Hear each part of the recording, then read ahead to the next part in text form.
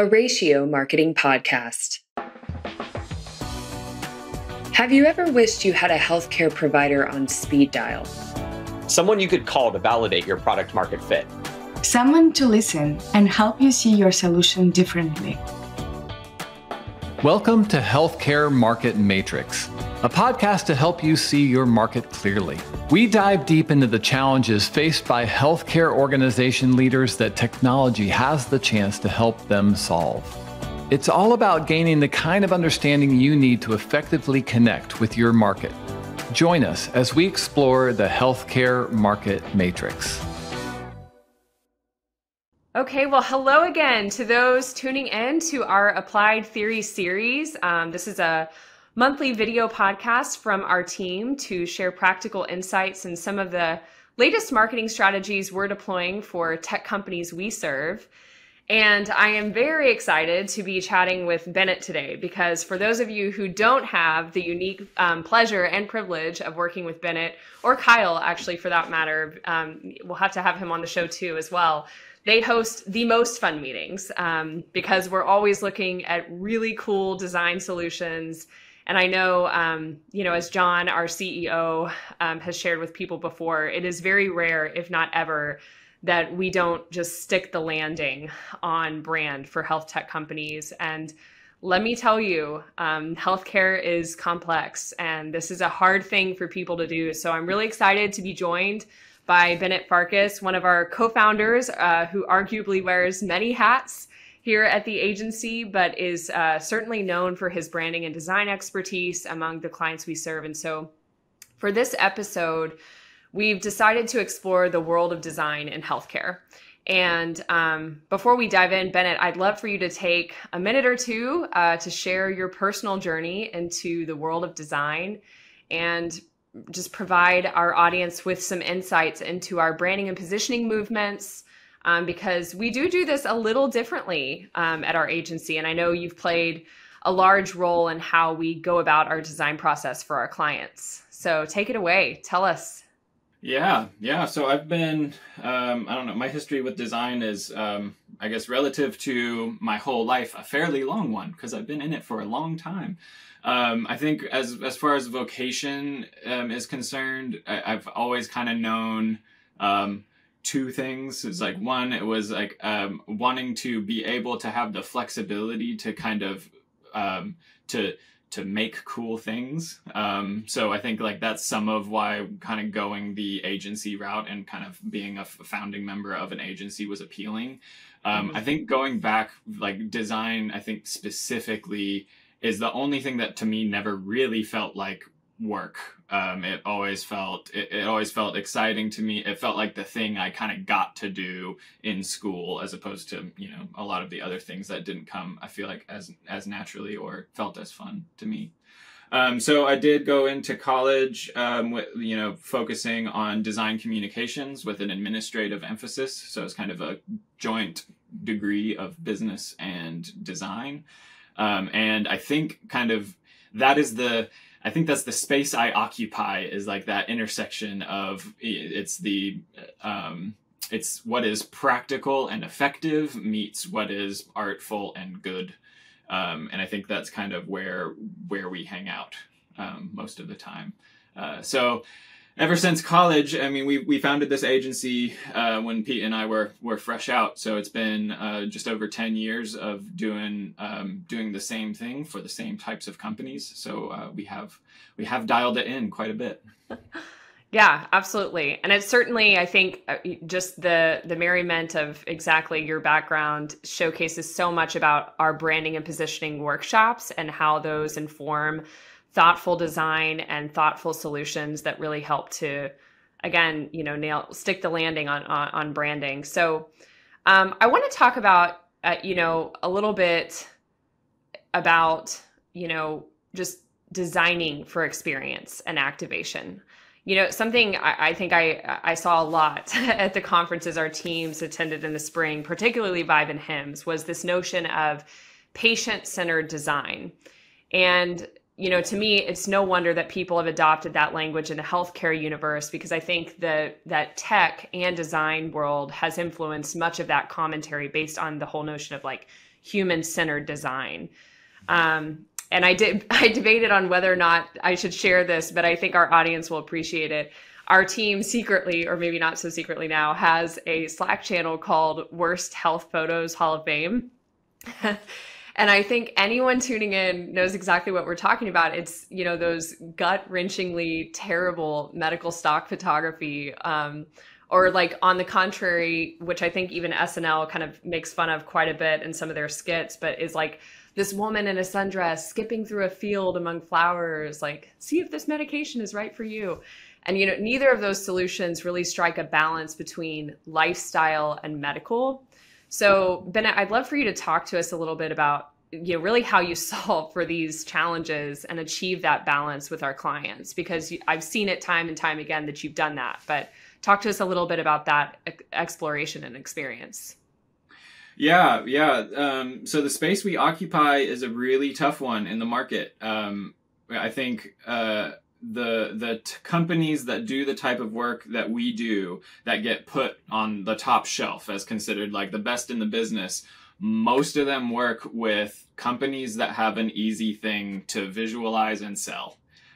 Most of them are B2C companies that have a product that you can get really sexy photos of, and that does a lot of the legwork for like the broader like marketing program, the broader advertising, you know, strategy.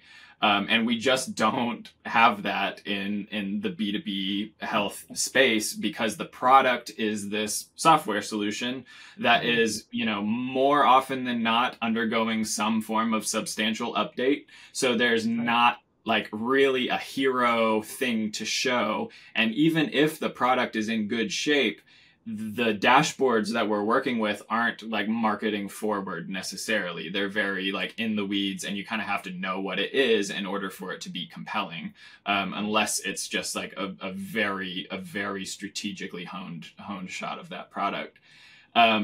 So that's kind of like the problem that's in front of us. The space that we, and the kind of the method that we have employed to kind of keep us relevant in the space is kind of is that like we have that soul focused component to us, which makes like we really focus on what is really unique and important about our clients, and then finding out ways to bring those things to the top.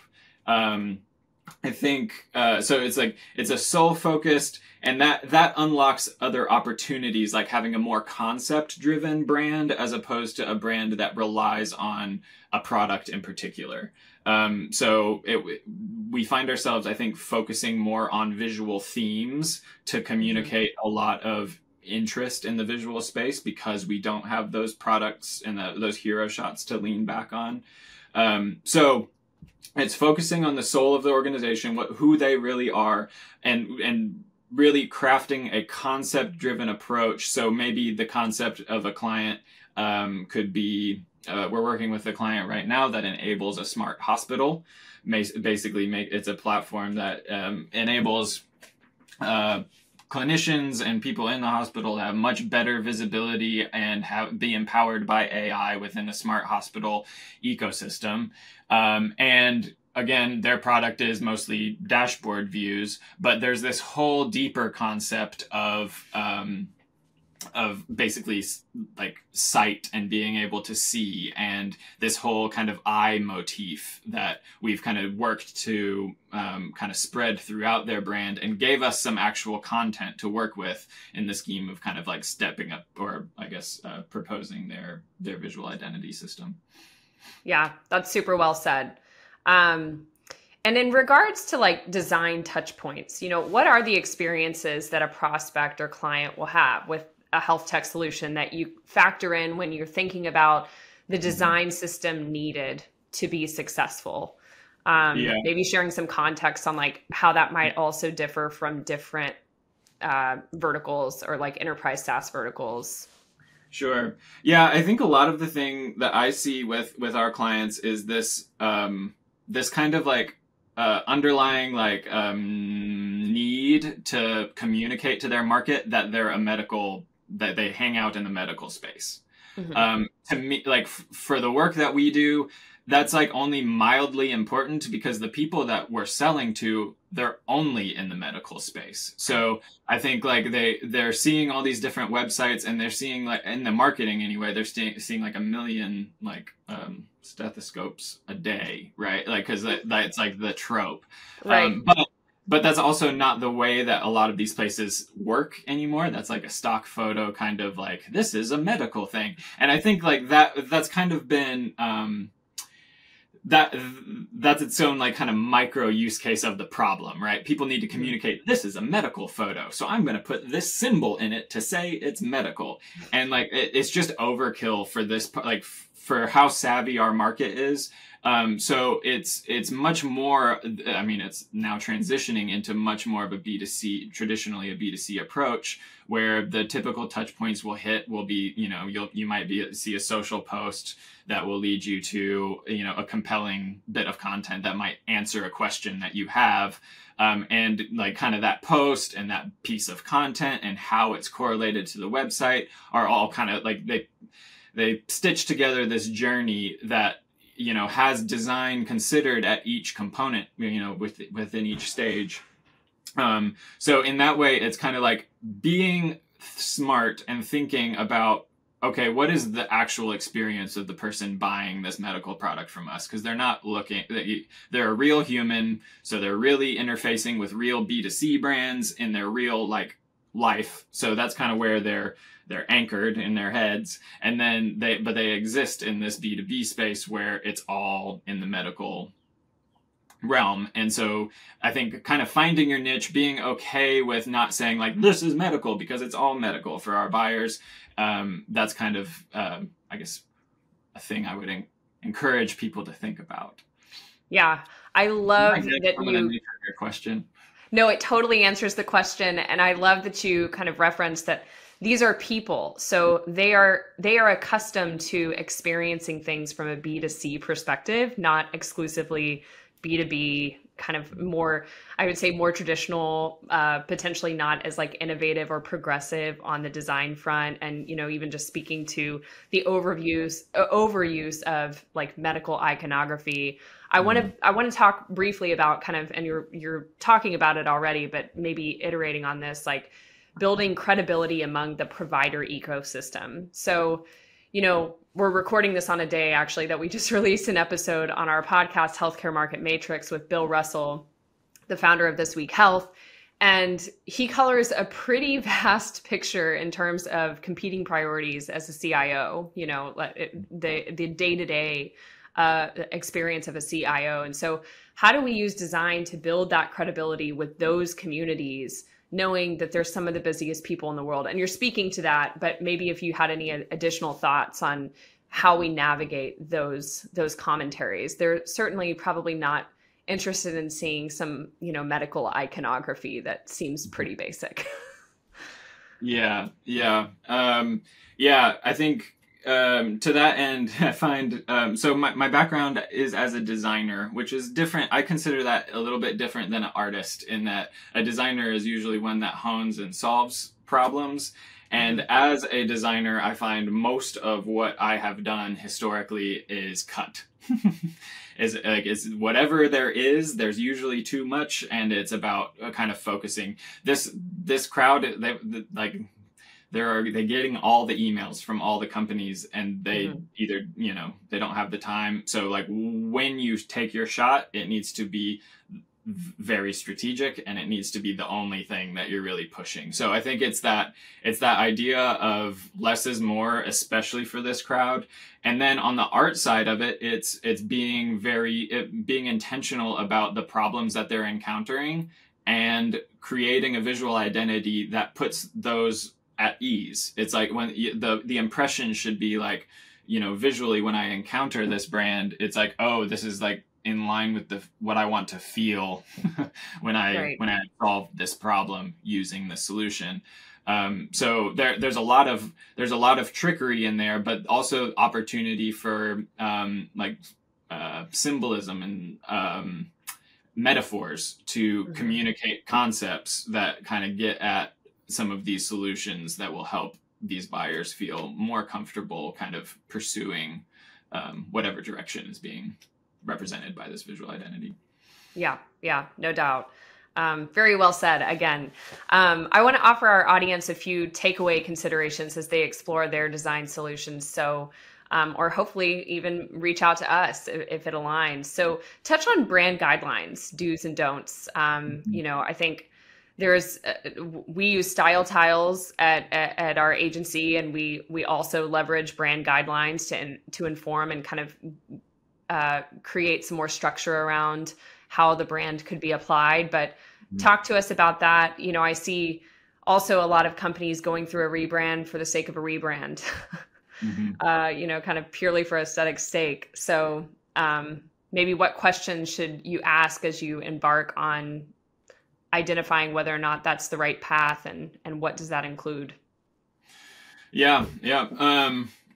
So certainly as it pertains to brand guidelines and I guess overall kind of brand direction, I think thinking through specific use cases is really important and really does vary from company to company depending on the strategy. So I think obviously there's a lot of very cool brand identities out there that people might prop up as, some of the best of all time. And when you kind of think about it practically, it would be very, very difficult to continuously push out assets that are in brand that are differentiated enough. Some brands are just very technically difficult for designers to implement. And at the same time, those tend to be the more compelling pieces. So having a brand that can almost have levels where base level, your average marketer can employ these elements and put together something in brand, all the way up to your, senior product designer can, really do some magic with the top tier. So kind of having a brand that is flexible enough and at its core is simple and strong enough to be able to kind of facilitate different levels of design, I would say would be really important. Certainly thinking about the future. So the reality is your product is your product, and ultimately your market is going to want to see your product before they buy it. So I think even for those companies that are actively working on updating their product or, milestone, the next milestone might be the one where the visuals are ready. Planning for how you're going to display your product is really important within the brand. Making intentional decisions like, what devices you put it in to both make it feel modern, but also not quickly age every asset you create. So there's a lot of considerations in there for because we've seen brands that we've launched and then we've, stayed in relationship with for, north of 7 years. And so we've seen kind of the brands that are able to kind of be effectively wielded by internal teams. But there's no doubt that the thing that goes the furthest in all of this is having an internal brand champion that really cares and gets it and understands what the organization is trying to do from a brand perspective, which is one of my favorite things to do is help work with and empower those people, because they're the people that they've really got the skin in the game and they're really trying to, impress the people around. And they're the ones that are they're holding the line. They're making sure that the consistency is happening. They're making sure that the strategies are staying intact. And I think on the agency side, that's the best, because we have an ally that we can work to empower within their org. So I think having a solid brand champion to have those hard conversations internally in the org to make sure that things, stay good is the most important thing. And then having a brand system that can has thoughtfully considered future use cases would also be really important. Yeah. And speaking of brand champions and those brand masters, you are the tool master of our agency. So talk to us about maybe some of your favorite tools for design exploration, and maybe that could be helpful for those that are on the other side there serving for finding innovative solutions. Yeah. So kind of talking through more or less our tool stack for. Yeah. Yeah.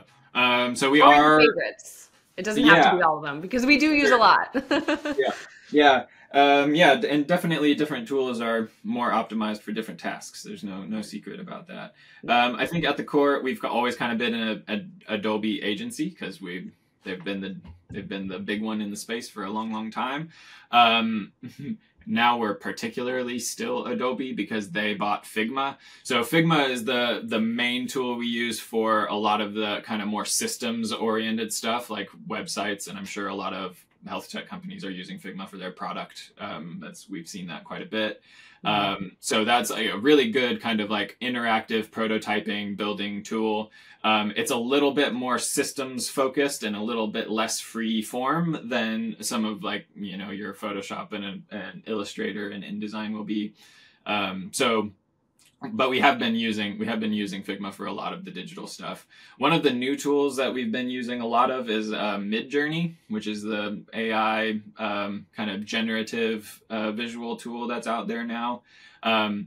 It's very promising in terms of like the future abilities of what AI will be able to facilitate in the space. And at the very least right now, it's a super effective brainstorming tool. Because I think one of the harder things that we do is just come up with like some visual anchors of how to think about concepts.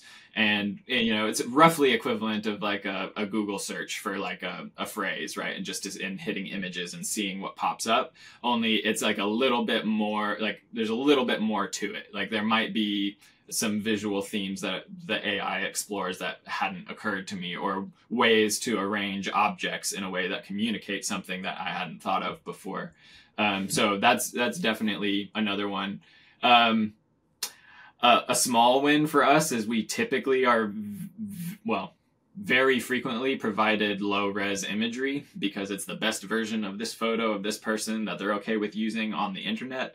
There's been some really impressive AI upsizing tools that we've been able to use to basically just up the caliber of each of those branded touch points, because the moment you see like a fuzzy headshot on a website, it communicates something different than a more polished, crisp one does from an overall like quality and perception of the product. So I think being able to tap tools like that have been a game changer in the last certainly over the last several months, and I look forward to as they get more and more integrated, because right now there are a bunch of kind of point solutions for specific use cases. But as some of the bigger companies start enveloping and integrating some of these AI tools, it'll be really interesting to see what it will unlock for people. Yeah, I am very excited to see the progression of some of these AI tools in relation to things that we're already using at the agency, and hopefully we'll have more access to in the future. I could talk about this stuff all day, Bennett, with you. I thoroughly enjoy our conversations, and thank you so much for being on the show with us so that we can hopefully spread this among some of the other marketers and branding people out there.